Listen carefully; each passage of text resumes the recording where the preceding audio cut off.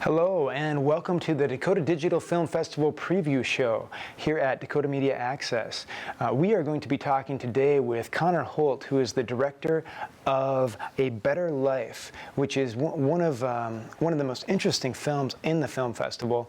He went to school at MSUM in Fargo, and we know him from last year's film festival, actually the last two film festivals, I believe, where he had a strong presence and was really well received. So thank you for joining us, Conor. And you know, you've had a lot of changes here in your life. You're originally from Roseville, Minnesota. You graduated from college, and now you are down in LA. So hence you're Skyped in. What's it like coming from the Midwest, going down into the industry down there?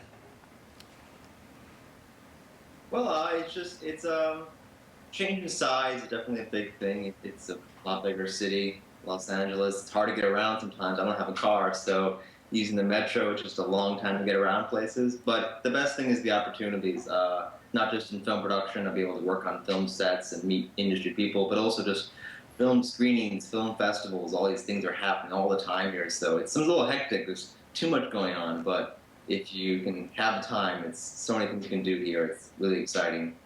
And what do they say when they find out you're from Minnesota? You occasionally get the, "Oh yeah, Minnesota." You sometimes get that, but funnily enough, I get a lot of people out here from Minnesota actually. My school, MSU Moorhead, we have like around a dozen of us alumni out here, filmmakers, directors, actors. So that's really cool to have them around. I can hang out with them. Also, there are other Minnesotans. You're at a film set and you ask where y'all from, and I said Minnesota. "Oh, I'm from Minnesota too. I'm from Medina, or I'm from Moorhead." "Oh wow, cool, me too." So you just start asking around. You find people no matter where you are. Yep. Any North Dakotans yet? Come across any North Dakotans there? Not many. My roommate Joe, he's also from MSU Moorhead. He's from Fargo, but not many North Dakotans, unfortunately. Not yet. That's why we're here. And not yet. Yeah. Yeah. And it's great to have your presence at our film festival. And just for those of you who just joined us, Conor Holt's film, A Better Life, will be screened on April 25th at the Dakota Digital Film Festival here in Bismarck at the beautiful Belle Mayhus Auditorium. And I'm really looking forward to seeing it on the big screen because the cinematography, the decisions that were made were all really first class and add a lot to the film. It definitely moves you in a certain direction. And so, Conor, tell us a little bit about how this film was born. What was in your mind when you were creating this? Sure. The film began as an assignment, actually, in a science fiction film class at MSU Moorhead. We were asked to write a short science fiction screenplay, and myself and my co-writer, Ben Rell, worked on the first few drafts. And I had the idea, I'd heard about in news and other films, the idea of coma patients, the idea of, if you're in a coma, it costs money to look after them, you have to keep them exercised, and you may never wake up at all. So I just thought, what if there was some way to kind of accelerate or improve that process where you could have a way to make it easier? And I thought, well, what if you had a chip implanted in the brain of the patient, and that chip could allow you to move them? You could move them using your remote. You could then have them leave the hospital. You could put them in the care of their family and loved ones, get them out of the hospital, improve their lives of their whole family. But I also realized, that existed. There could also be dangers. It could be abused. The technology always can be abused if it's used improperly by the wrong people. So I wanted to kind of create a drama that could kind of propose this potential future treatment and then also express how it could go bad. So we wrote the first few drafts in the class, and I just kept rewriting it for around a year. And then I proposed it for a senior seminar grant proposal, and I won the grant proposal. It was a grant provided by the Minnesota Film and TV Board in Twin Cities, and they provided a $1,500 grant to make the film, and I used that to both support the filming and the production values of the film, and also pay for submission fees to festivals. Well, that's great that there is that infrastructure, and you know it's available here in the Midwest, because a lot of people say, oh, we're from the Midwest, you can't really go and make films here, but I guess this is a sample of that. That's not necessarily the case. I wonder if a doctor has created this, or now if people are thinking this, is Conor going to get a phone call and say, oh, I saw your film, and I'm thinking of creating this sort of a chip for my. I mean, it's very believable, you know. There are things close to it. Right now, I did research during the filmmaking. Even now, I'm still reading. They're now they have a prototype chip where a person who is paralyzed can plant a chip in their brain and can control a robotic arm that's outside of their body. So it's always my idea is just kind of the reverse of that. What if someone on the outside controlling the person who can't move? Yeah. So, you know, it seems, in my opinion, it feels like a very possible future in the years, in the next 5-10 years. It could happen if someone wanted to make it. Yeah, and I think visually the decisions you made when creating it, especially with the animation, they really are believable. Can you tell us a little bit about the process? Like how did you create that? How did you shoot that with those decisions in mind? No, yeah. Really, I had the benefit of a great DP. My friend Shane McKinnon, he's a good friend of mine from MSUM. He's a great cinematographer and director in his own right. But we worked together on creating a nice visual of the film. We wanted kind of this. The film was told in nonlinear fashion, so it's a lot about the storytelling, but the visuals also reflect kind of the internal feeling of the characters. We want to try and create a smooth yet kind of uneasy feel to the film at times. And then the film has a remote. The remote is this kind of almost like a futuristic iPad sort of, where you have digital animations on top of it. That was done by a very talented special effects guy from Fargo, a fellow MSUM student named Ben Stomez. Basically, I talked to him before and said, hey, here's the remote. Can you do stuff with this? Like, yeah, I can do that. So we filmed it. He gave us some tips how to film it. And then afterwards, he just went to work and created this whole interface. Wow. After the film was shot, he did a great job. So did he make you put? Oh, sorry. Where you got a little delay on here. So, did he make you put little hash marks then with tape on the actual glass in order to help him track it when in the movement shots, or he was able to just keyframe it all after? Mostly he was able to keyframe it on his own. He was able to, the benefit being a square object was fairly easy. It was easier for him, but we tried to keep it fully in shot. We didn't do any half shots really of the remote. That made it easier for him. But he did a great job. He really pulled together and did an amazing job. That's really the benefit of the film. That really the best thing I did with the film was I assembled a great team around me that could do these things that I couldn't do myself. So I got a great DP with Shane, great visual effects with Ben, great editor with my friend Chance Cole. He's a phenomenal editor. So really just people like that who were very talented in individual areas. I pulled them all together to make the best film possible. I'm so happy to work with them. Yeah.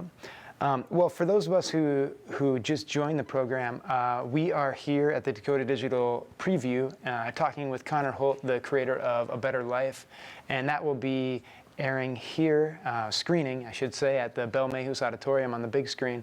And we were just discussing the visual effects, and it's really incredible. You're going to want to see this on a huge screen to see how well and believable and beautifully crafted this film really is. You gotta appreciate it on the big screen. It's really one of those films. I'm excited to see the power and how it moves people, the audience reactions. What have the audiences so far? How have they reacted? What's their general response so far? No, it's actually really funny. The most interesting response I've gotten is that there are some audiences kind of chuckle throughout the film, and then there are humorous points to the film. But I guess when I was writing and shooting, I never intended to be a comedy. I wanted there to be like humor, but sometimes people actually laugh out loud in the moments. That caught me surprised. Like, oh, I guess there's some humor here that I didn't really expect would work on such an audience level. And then the ending, especially, is the big thing with the film. That ending was one of the key aspects of the writing, and that's why I wanted to end it from the beginning. And some people are kind of like, it's a little ambiguous. Some people are confused or have questions like, so what does that mean?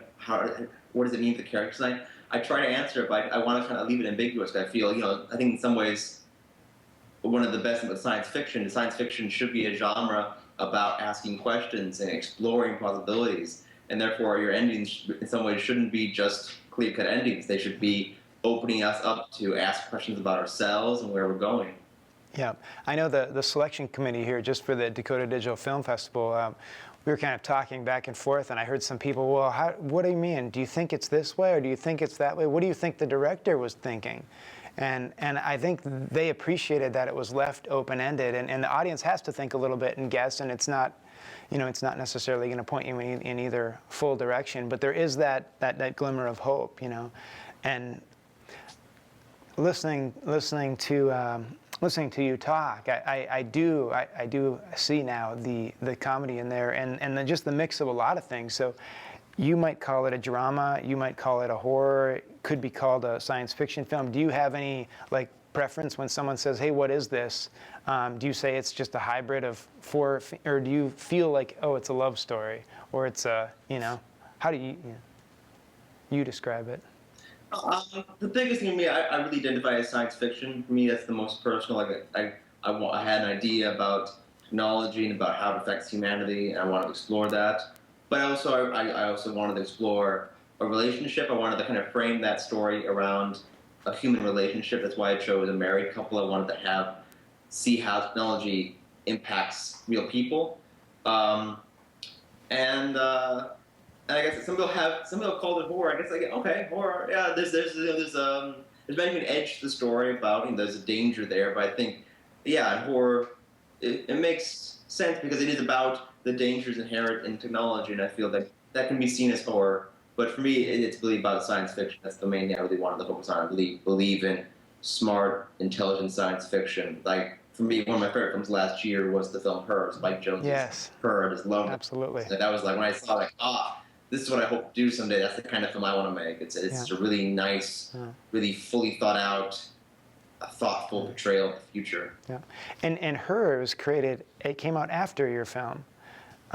As well, so it wasn't one of your influences. Did you have a certain? I mean, it could have synchronistically been out there in the ether.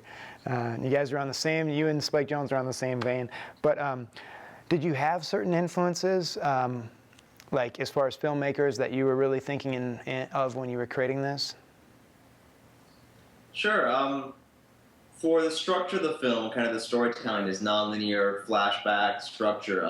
Chris Nolan was a big influence on me. I'm a big fan of his films, Memento and Prestige, that his films that weave storytelling. They don't just go narratively, they go back and forth, they reflect on memory and the past. I really drew on that for the structure of the film. For the topic, kind of the science fiction approach, films for me definitely were Primer. It's kind of this really excellent, low-budget time travel film.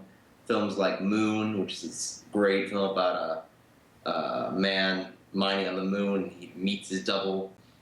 And another film, Gattaca. Gattaca's a big one for me. It's a great film from the 90s about the near future of genetic manipulation, and it's a really intelligent look at a very realistic future. So those films, those kind of the smaller science fiction films that portray the near future and want to deal with issues that are very possible.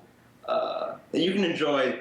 I enjoy the big science fiction, blockbusters, just like most people do. But the films I really admire as a filmmaker are the ones that are smaller, more independent, and have that real intelligent side to them, exploring possibilities. Yeah. And what about the rest of your team? The actors, what was it like to work with one actor that is supposed to be more of a machine, and then one actor that's, trying to not? I mean, it must be difficult for that other actor that's supposed to be more normal to stay in the same vein, but yet not copy the other actor and become too computerized. Like, what was that like directing two actors in this scenario? No, sure. My two lead actors, Amy Klein and Bill Zadarsky, I've worked with before on previous projects at school, and they're great to work with. They're really great people. They're great actors. They're really up for anything, and they're very open to trying new things. So it was really great to work with them again on this project. Amy, I think, is a really phenomenal actress. She has this great nuance to her performances. She's able to convey things very subtly. I really admired that. I really wanted to kind of show that with this film, how she could do it so well. And Bill is a great actor because he can do. He can do both big and small. In the flashback he plays kind of this more menacing character, but then he can bring it down for the present scenes where, yeah, I had to ask him to play a coma patient. Bill, are you okay with playing that? And he was able to do it. He was, to commit to the physical aspect of the role. And Amy, to her credit, was able to keep emoting and still be a fully formed character, even when she's acting against a comatose character. So really, I was really blessed to work with them, and also Hardy Connick playing the doctor. All three of them were just really great to work with, really open, and it was a great time on set. Well, and Bill was also very committed in the sense that he let you shave his head. I'm assuming, was that real? It's Yes, no, really shaved it. he came to me. It was the first day of shooting. We shot the flashbacks first, and then the current scenes. And he came to me and said, "All right, Colin, is this going to be a good movie?" "Yeah, I think so." "All right, I'm not going to shoot my film for a bad movie." "No, it's going to be a good movie." "Okay, all right, I'll shave my head then." Yeah, that's serious commitment on the team. You know they're serious about this film. And what about in general looking at the film as a whole?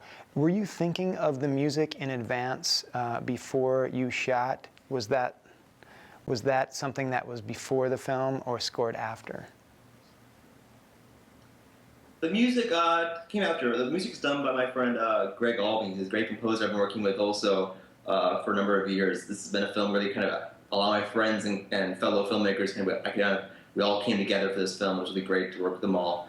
And Greg is a friend from my hometown of Roseville, and he's a composer. And I had shown him the script before the film, and I had shown him clips during the editing process. So he was developing ideas throughout the filmmaking process, but the real scoring really came near the end of the process. There are certain films that I drew on that I really wanted him to. I wanted kind of like a subtle score, kind of there under the undercurrent of the scenes, kind of affecting reflecting the emotional current of the characters, but never overpowering the scene. And he understood that he'd be able to really bring that into his kind of skill set and create music that reflected that. I really admired him doing that. But once again, I can play music, but I can't write music, and I'm so thankful I know people who are very talented in that aspect. Yep, and you're right, it was very minimalistic music where it didn't just slam you in the face as, hey, I'm overly trying to manipulate you here. It was, a lot of the scenes didn't have music at all, or at least it was so minimal that I didn't hear it, and it was just like silence, and that seemed to really make sense too. It fit the whole genre. And another interesting thing was the camera decisions. They were very mechanical to match the film as well. I'm thinking of the earlier first couple shots and how you move the machine and then the whole world, the camera becomes perpendicular. That nice movement, and then next time she moves the machine, you have the camera slide across, tracking shot over to the other side. So it was really interesting how the music fit, the camera movement fit, and everything just seemed to really work. And for those of you who just joined us, we are talking with Conor Holt and discussing some of the intricacies of his film, A Better Life. It's a great science fiction film, and we're going to be screening Better Life here in Bismarck, North Dakota at the Belle Mayhus Auditorium on a huge screen, beautiful high definition, and it is A Better Life by Conor Holt, filmmaker who was raised here in the Midwest, went to school in Fargo-Moorhead, and just recently moved out to the LA region. So you're definitely going to want to not miss this film. Conor, what about your next films? Like, where are you headed next as a filmmaker? You want to stick with science fiction? Or are you moving into some other genres next, or is it classified? I wish it was classified. No, it's really, science fiction is a big love of mine. I really want to keep exploring that area and where else I feel I could explore with possibilities. I also really like, I guess the word would call me so kind of a magical realism. I love kind of films that are about the possibilities of something beyond reality, I guess. Like one of my favorite films in the past few years was a film called Take Shelter, which is about a man who starts having uh, nightmares about the possible end of the world, and he was having these visions of uh, the possible storm coming. And it's a really great film about this man struggling with these visions, struggling with what are they real or are they just bad dreams. And I really admire that film for a really interesting, compelling portrayal of a man's psyche. So like that kind of film, like also like, if I could do a film like that, I would really be proud of myself. Yeah, great. You know, and I'm also thinking back on your comment about her, and it's interesting because before we came to the studio, I was thinking about her, and that kept coming to mind as I watched your film, and it's just fresh in my mind. Like, yeah, this reminds me of her. But it was funny you said that. But I do see that you can go in any direction. I've seen a number of your past films, and they've been very different. So it's neat to see that you're ready to explore all sorts of different genres, and I definitely see the magic and the love for that science fiction. And well, what if the world were like this? And you do that very well.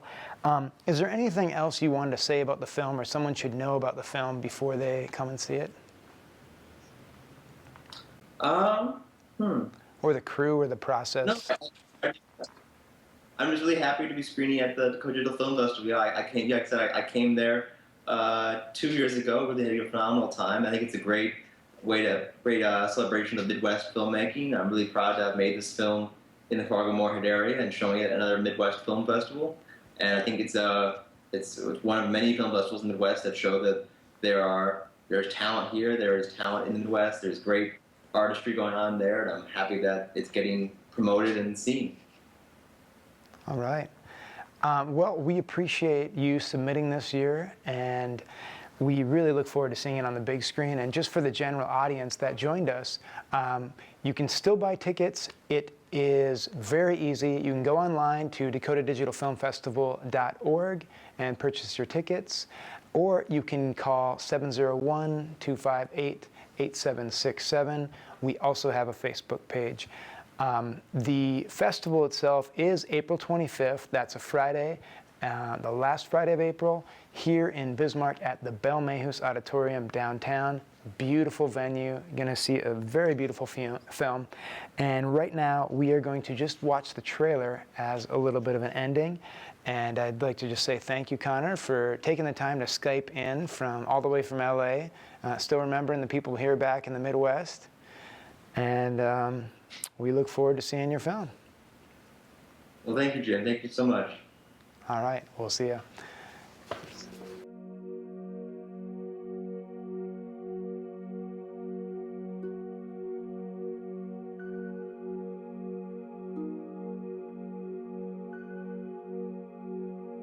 This is our best option, Diane. Are there any risks? Yes. But it's my professional opinion that the potential benefits outweigh the risks.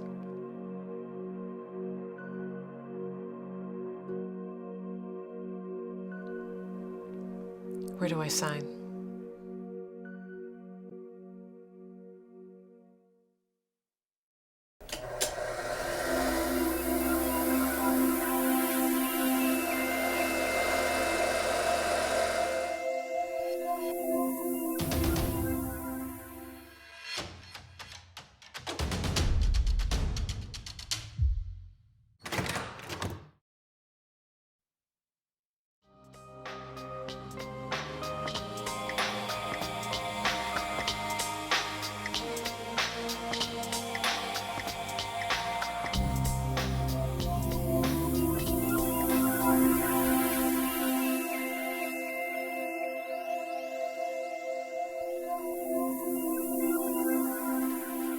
View this program again at freetv.org on Community Access Channel 12 or order a copy info@freetv.org or 258-8767.